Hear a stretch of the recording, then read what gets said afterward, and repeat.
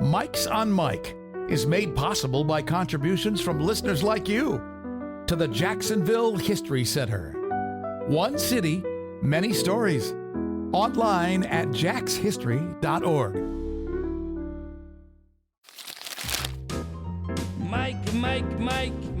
Mike's on Mike, a conversation about politics, government, and Jacksonville, with 50-year opinion leaders Mike Hightower, Mike Tolbert, and award-winning broadcaster and longtime political observer, Mike Miller. Welcome to another episode of Mike's on Mike. My name is Mike Miller. I'm here with Mike Hightower in studio. Mike Tolbert, of course, is back at the farm, and we're delighted to have you with us. As always, of course, Mike's on Mike brought to you by the Jacksonville History Center, for our friend Alan Bliss and his fine staff, and most importantly, our very generous donors, what keep the lights on and the cameras rolling.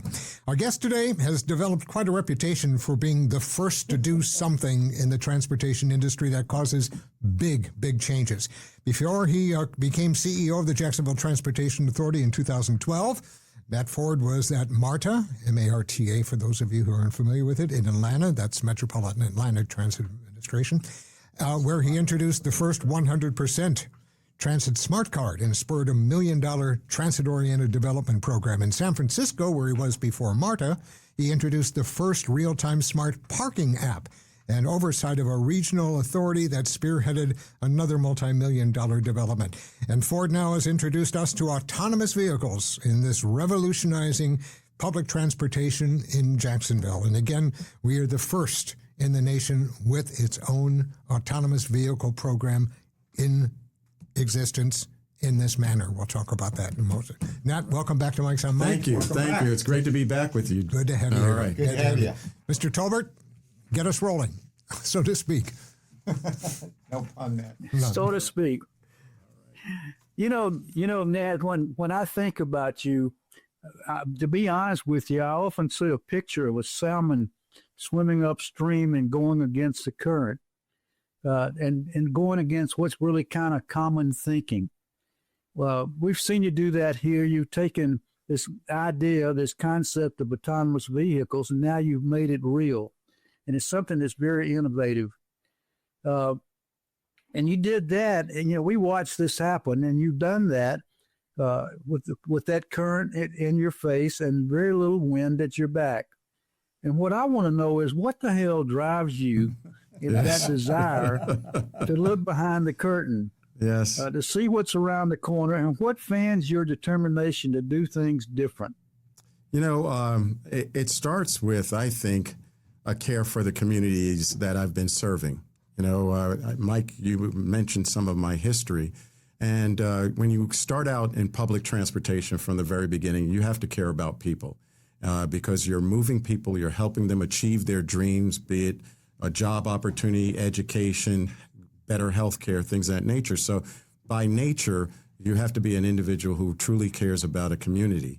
When we started talking about the autonomous vehicle program, I've been around long enough in this industry. I started out with New York City Transit as a train conductor, and I got hooked. And I got a chance over these 4 decades to see how innovation has disrupted industries over the years. You mentioned San Francisco. I was there at the birth of Uber. And under my purview was at some point they asked us to take over the taxi industry because it was having some difficulty in San Francisco. And, similar situation where there was a lot of, I'd say, pushback in terms of modernizing the taxis, putting credit card swipe in it, GPS, things of that nature that were pretty much common today.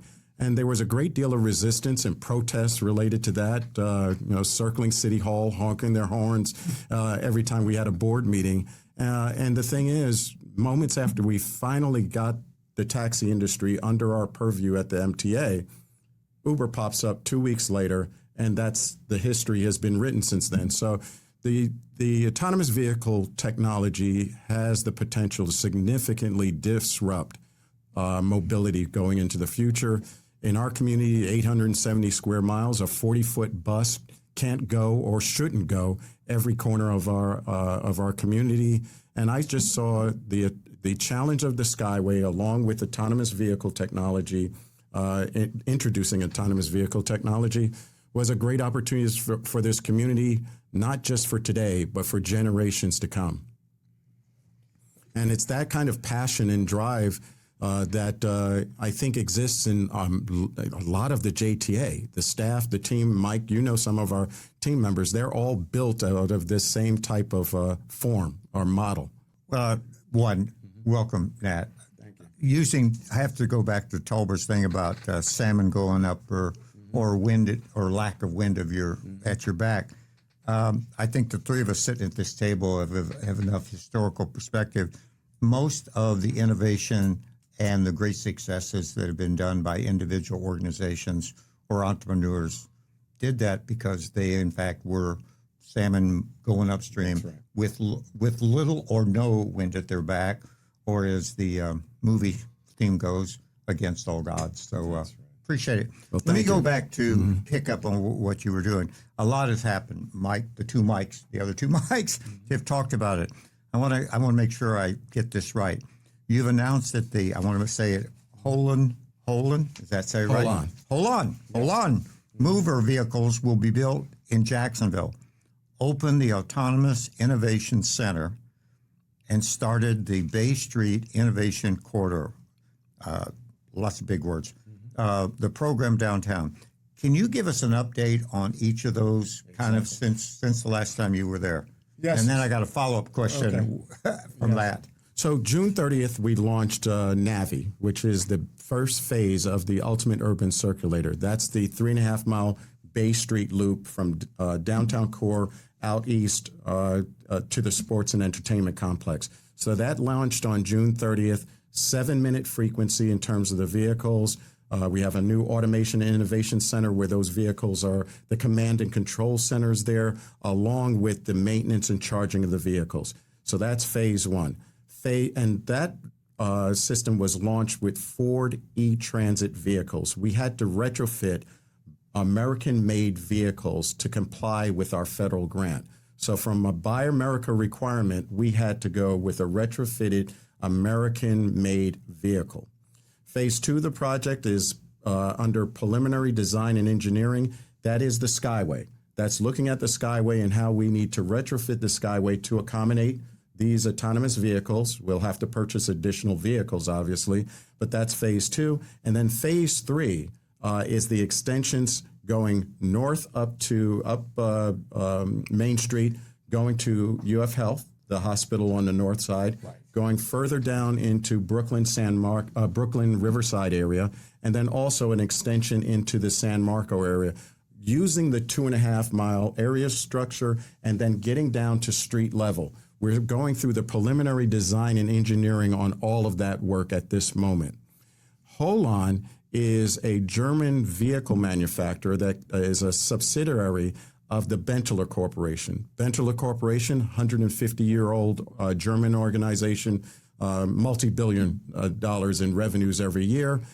They were looking for a location in the United States to build autonomous vehicles for the U.S. market, as well as exporting back to Europe and the Middle East. They chose Jacksonville because of the U2C project.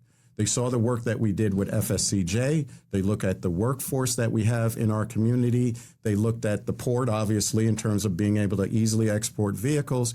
And then, they looked at the U2C as what they called a lighthouse project that would be the template for other cities around the country in terms of developing autonomous vehicle technology. So the Holon investment, based on a UNF report, it represents about nearly $200 million just building their plant. $100 million investment multiplies to about a $200 million economic impact.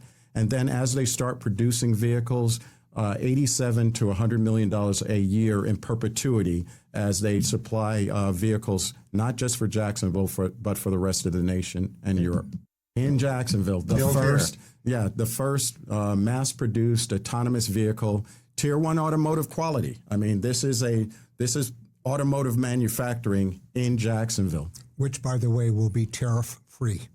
Yes. Since we're here, otherwise, if they'd done it in Germany, we would have probably had to pay tariffs on it. Yeah. So when you talk about Buy America and Build America, it clearly worked in this particular case. See, I told you. Yeah, it clearly worked in this Everybody particular write case. this down. See, I told you. Yes, and I think, I was asked by a reporter about that, but, this project started some years ago, so it's not caught up in some of the more recent It discussions. started actually but- when I was there. Yes, that's right. You were Before. there when they had stagecoaches. I mean, come on.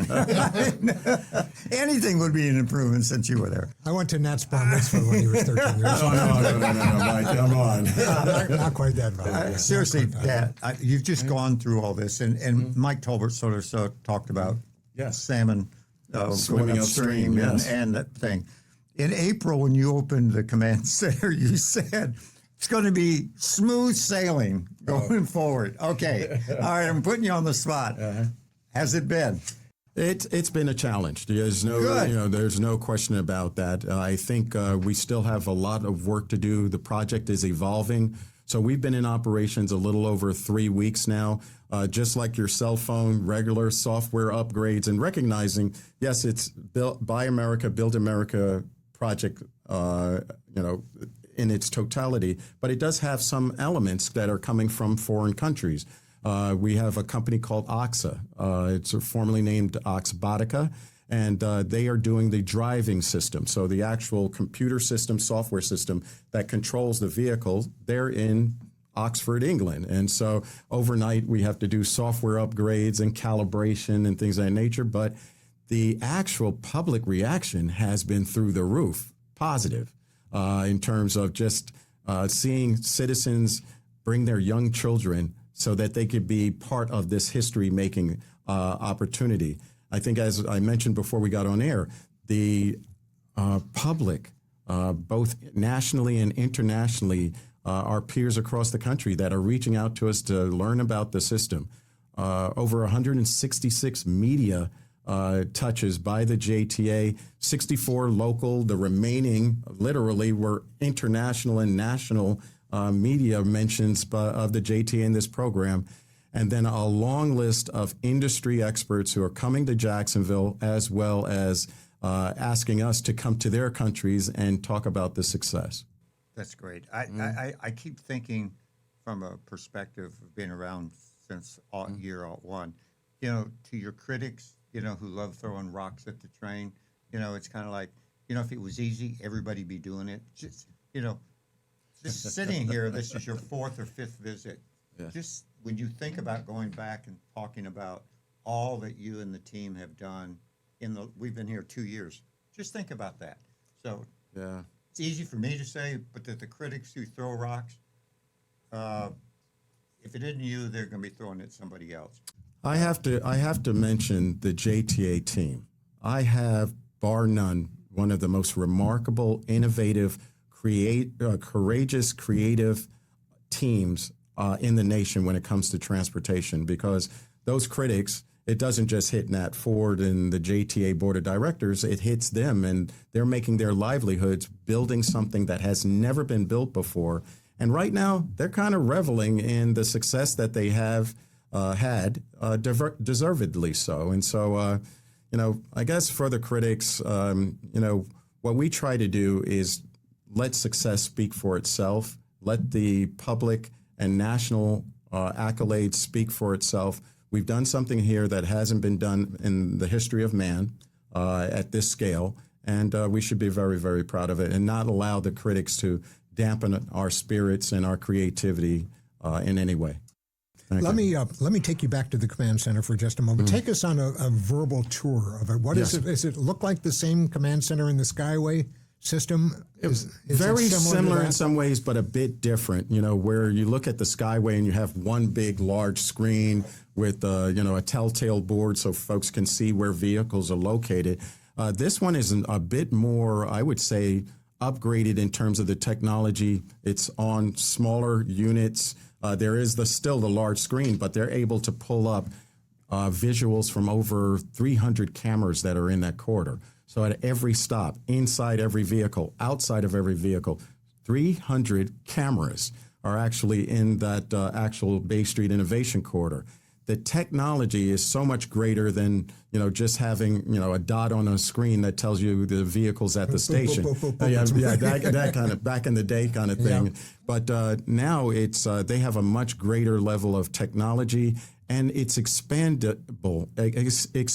We can scale that system up. So we're actually talking to other cities on how we could actually manage their autonomous vehicle operation out of that AIC. So there are some ancillary benefits or bonuses that came along with being the first and developing the project in the fashion we have, the scalability of it. And so we've had a number of cities who've already traveled to Jacksonville. They're talking with our contractor, Beep and Balfour, about how they can rinse and repeat and develop their own innovation corridor or autonomous vehicle shuttle operation. To follow up, let me go back to you described to us what the other phases of this are, and again, for people who may have missed it very much, this is the first phase down the Bay Street corridor. Yes. The second one is going to be going north up to the 8th Street. The second phase currently is the Skyway conversion. Skyway conversion. I'm sorry. Yes, that's correct. And then phase 3 is those fingers, that go into the neighborhood. Tell us about the timeline and the funding sources for those. Yeah, so the timeline, it depends on the funding, right? So we have, with the local option gas tax, we have $240+ million that was identified in local option gas tax, but that's over the next 30 years. And obviously the Skyway is on its last legs, and we have to make a very tough decision within the next year or so in terms of the Skyway and its disposition. This preliminary design and engineering looks at all options. That is part of the requirement to get federal funding at some point into the future. Our plan is to finish the PD&E by January, and then based on what we receive from the preliminary design and engineering, we'll make a determination on what will be the funding. It'll also identify the actual cost for the project. We have ballpark figures right now. I was going to say, I saw one that said 450 for the entire. Right, exactly. I want to be very careful. Those are rough estimates when we were in conceptual kind of design. We get greater refinement with the PD&E, and based on that, then the JTA board will have that decision to make in terms of the funding that will go into the conversion of the aerial structure. In terms of the extensions, in fact, we believe that may be able to come sooner than phase 2. Why? Because you're replicating what you did on Bay Street in terms of the sensors, the stops, and stations. So that's a much easier lift in terms of phase 3 and those extensions. And it's difficult at this point for me to say what will happen on phase 2, but we need to make a very important decision within the next, I'd say, 6 months to a year on its disposition. Is the plan still to be able to have the vehicles on the Skyway track and then come down to ground level? We would like to do that. Okay. But you have to look at real estate. You have to look at the complexity of doing that conversion. I would say another challenge in all of that, which really kind of started this ball rolling, is that the federal investment in the Skyway, and if we do not use it for public transportation, there's a requirement that we have to pay it back to the feds. That's been hanging over JTA's head for how many years? What is that? What's that number? The last letter that we received a number of years ago was up to the full amount of the grant, which was $100+ million. And so, we will, examine that as we look at the totality of the cost of the conversion. We'll examine that in the equation, and we're going to make a good decision on behalf of the taxpayers of Jacksonville. Before Mike goes in, when you first start talking about the different dots, that what hit me was you had 300 from a safety and security perspective. Yes. For ridership. That's hugely important in Jacksonville. And I think that's sort of been nobody's really been talking about that. I mean, when you think of citizen safety and security, it's huge. It's monumental, and I think that is going to be kind of the future. Right now, I think the average citizen doesn't realize the number of cameras that we have on all of our facilities, along with our buses, both inside and external to our buses. And quite often, if something happens, we talk with JSO, and they're able to pull our video off the external cameras that we have on our vehicles. but 300 cameras in that corridor. So we recently had an incident where somebody vandalized one of the Navi, that's the phase one name for the project, vandalized one of the Navi shelters. Within less than 24 hours, we were able to pick the person up. We saw them walking down the street, walking their dog. Seemed like the individual was pretty agitated. He defaced one of the shelters, and we were able to provide the facial information and identify that person and arrest them rather quickly.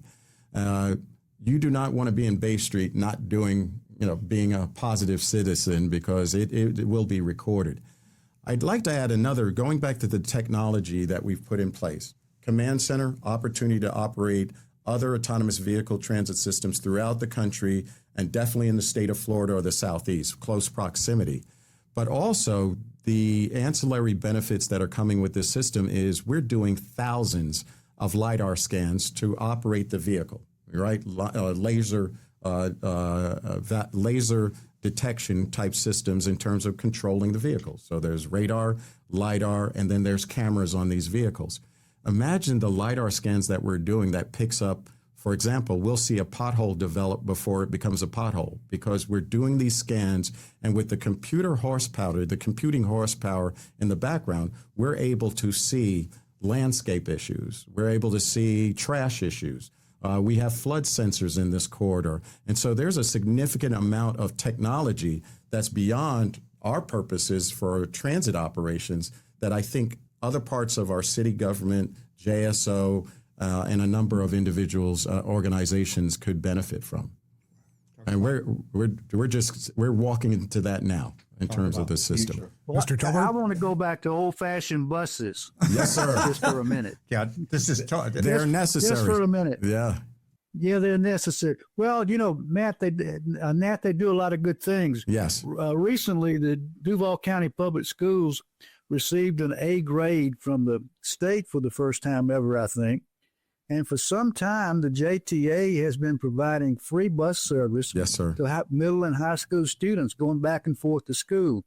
I'm wondering, I know you guys won't get any credit for contributing to that grade, but I'm wondering what do you think having free transportation to get to and from school, how does that impact a student that maybe has them doing better in the classroom? There's one other addition to that I'd like to throw in. It's not just the schools either, but they also, I still think they provide free transportation to libraries, don't they, for students? Yes. Well, yes, they can. Yeah, any time. So they can ride 7 days a week during our operating hours to any destination they want to go by showing their school pass and things of that nature. But Mike, that is a very excellent question in terms of accessibility. And I think in some cases, to a small part, hopefully we're contributing as the JTA to the success of Duval County Public Schools. So their primary focus is on the students and not so much effort. And I know that was a challenge for them in terms of the school bus transportation needs. But I would go back to even my own children. I remember living in San Francisco, and my children used public transportation to go to school. And at some point when we moved to Atlanta, because there was a little bit more sprawl in the area we're living in, for a lot of their special events and activities post-school, they had to wait for mom or dad to actually pick them up and take them where they needed to go. I remember one of my children saying at one point they liked San Francisco and riding public transportation because they felt more independent and more, Don't have to wait for mom or dad. Yeah, exactly. And so I think there's also, with this right safety precautions and knowing your child, I think public transportation is a great opportunity to help them build more than just mobility skills, but also a sense of independence. And that is something that our children at least benefited from and shared that with me as a father. But to go back to the security, we go back to, we're 844 square miles. Yes. That's just totally different than San Francisco. It is. So when you're talking about students and everything like there's not any yellow school bus. When you think of that. Not for public school anyway. No, yeah. Right. Yeah. So, you think about what the gap that you're filling. Oh, yes. 24/7 for our students. And Mike brought up the buses and our core responsibilities, and we're not turning our heads from our core responsibilities. We have nearly 300 unionized bus operators. They are part of this community. And so we are watching very closely how this autonomous vehicle technology may impact them in the far future. And so we're already working on upskilling their skills so that they'll be able to partake in this new technology. Going back to the 870 square miles of our community, we see, obviously, with the U2C project focused on downtown, but we're also looking at our 14 ready ride zones that we operate in less dense areas where a 40-foot bus is literally overkill for the number of people we carry on a daily basis. These autonomous vehicles help us with what's called the first mile, last mile challenge. A lot of lack of utilization of our fixed route service is because the way we're designed from a density standpoint, and getting a person from their front door to that bus stop could be far more than a mile in our community. So we see these autonomous vehicles as actually a gap filler that provides a greater connectivity to the core bus system at a price that the JTA can afford to deliver. Well, we've obviously touched on a lot of things to celebrate. There are a couple of things we've got to talk about here that we're not celebrating. And one, of course, is $147 million, which was passed by Congress for the Emerald Trail, and the Trump administration pulled that back, along with other grants. This was not just targeting Jacksonville, though it's hard not to think that why us? But nevertheless, what is that going to do? When I talked to John Rutherford at breakfast, I think I mentioned to you that I was talking to him about that, and Congressman Rutherford said, well, we're still not going to give up on this. We're going to go after small bites instead of the full 147. And I said to him, I said, Congressman, how many years is it going to take to equal $147 million if you're going after $20 and $30 million grants? I said, by that time, the $147 million is not going to be worth as much as it would have been today. What are we doing in the city? Because I know JTA is primary and principal in the Emerald Trail build-out. What are we doing in lieu of that 147, and what is that going to mean to the project? Right. So we're not slowing down. All right. We do recognize this bump in the road, losing the $147 million. A hell of a bump, I might add. Yeah, I was about to say that was very heartbreaking, and you know, along with I guess my colleagues across the country, it was literally $3 billion that went away almost overnight in terms of these grant programs. We've been, as the JTA, very successful strategy-wise on receiving grants. I tend to agree with you that, you know, to make a real dent and bring this project on much faster from a, you know, hedging against inflation, increase in costs and materials, having the full allotment of that funding sooner is better for us than later. And there's another part to that, too, and that is if you have to bond money in order to get this thing completed, your bondholders are going to want to say, you've got that money in the bank, don't you, to cover it? And we're going to have to say, well, we don't, but we're expecting it over these next few years. Now, the interesting thing is, you know, because the 147 is $147 million, I think what's gotten lost is we had $133 million slated in the local option gas tax. So the funding we had for phase 2 and phase 3 of the Skyway conversion in U2C, we also, adjacent to that, is $133 million for the Emerald Trail. So we're not going to let our foot up off the gas. In fact, we're looking at ways we could be very creative to push more funding towards getting the Emerald Trail moving.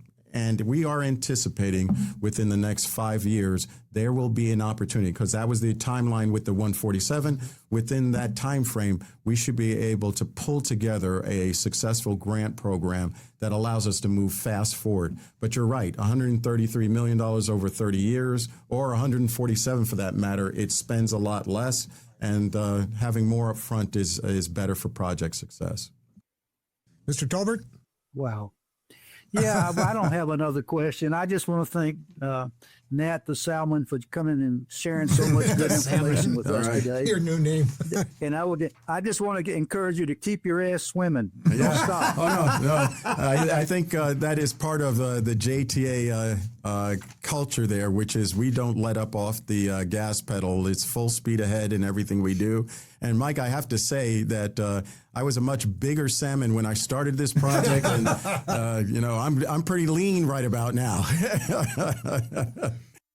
Nat, before you go, a lot has happened as far as the JTA going forward. Since the last time you were here, the JTA board has 3 new members named by the governor who do not live in Jacksonville, but in neighboring counties. One, did this change come as a surprise?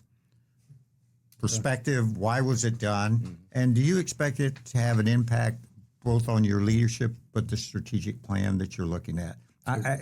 Now, I know that's putting you on the spot, but, having been on the JEA board for 16 years, that was unbelievable to have that kind of a radical change. Well, the very interesting thing is the JTA Board of Directors some years ago in our strategic plan encouraged the staff to start thinking regionally. We were looking at the population that was growing in Northeast Florida.